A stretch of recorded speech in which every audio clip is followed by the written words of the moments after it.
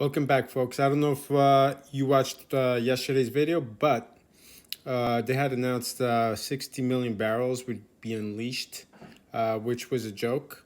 So they announced it. Today's the 2nd. They announced it yesterday. And so they announced it on March 1st. And how did the market react?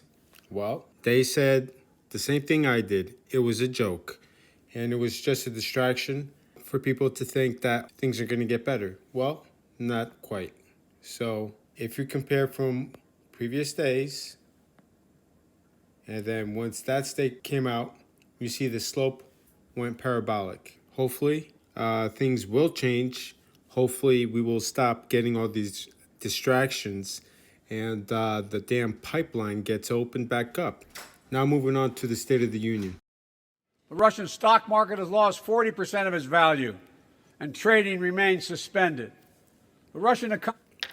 In foreign countries, people don't invest in the stock market like in the U.S., and the economy is not so dependent. Like in the U.S., the pensions are dependent. Many pensions are dependent on the stock market because those pensions invest in the stock market. That's not the case for, I would say, at least 95% of the other countries. But anyway. The economy is reeling, and Putin alone is the one to blame. For that purpose, we have mobilized American ground forces, air squadrons, ship deployments to protect NATO countries including Poland, Romania, Latvia, Lithuania, and Estonia.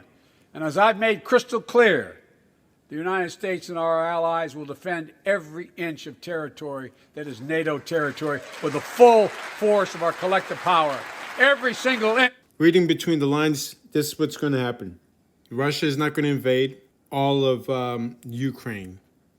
It's going to invade either half or most of it, but it's not going to go all the way to the borders where Poland is or any NATO nation is. That's what I read.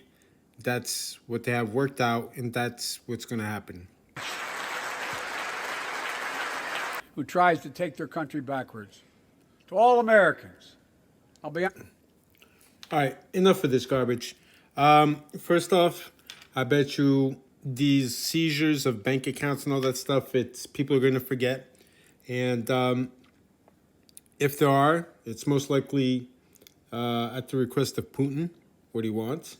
I don't know why the State of the Union is being addressed in this matter. First and foremost, he should be addressing why inflation's so high, why the crude oil is so high. Why isn't he opening up the pipeline? That should be the first and foremost thing you should be talking about, our problems at home, and then foreign affairs.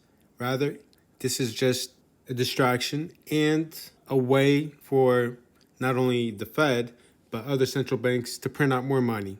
I hope you take this, take the key point away from this is that they already agreed. Putin is not going to go all the way, and this was all planned out.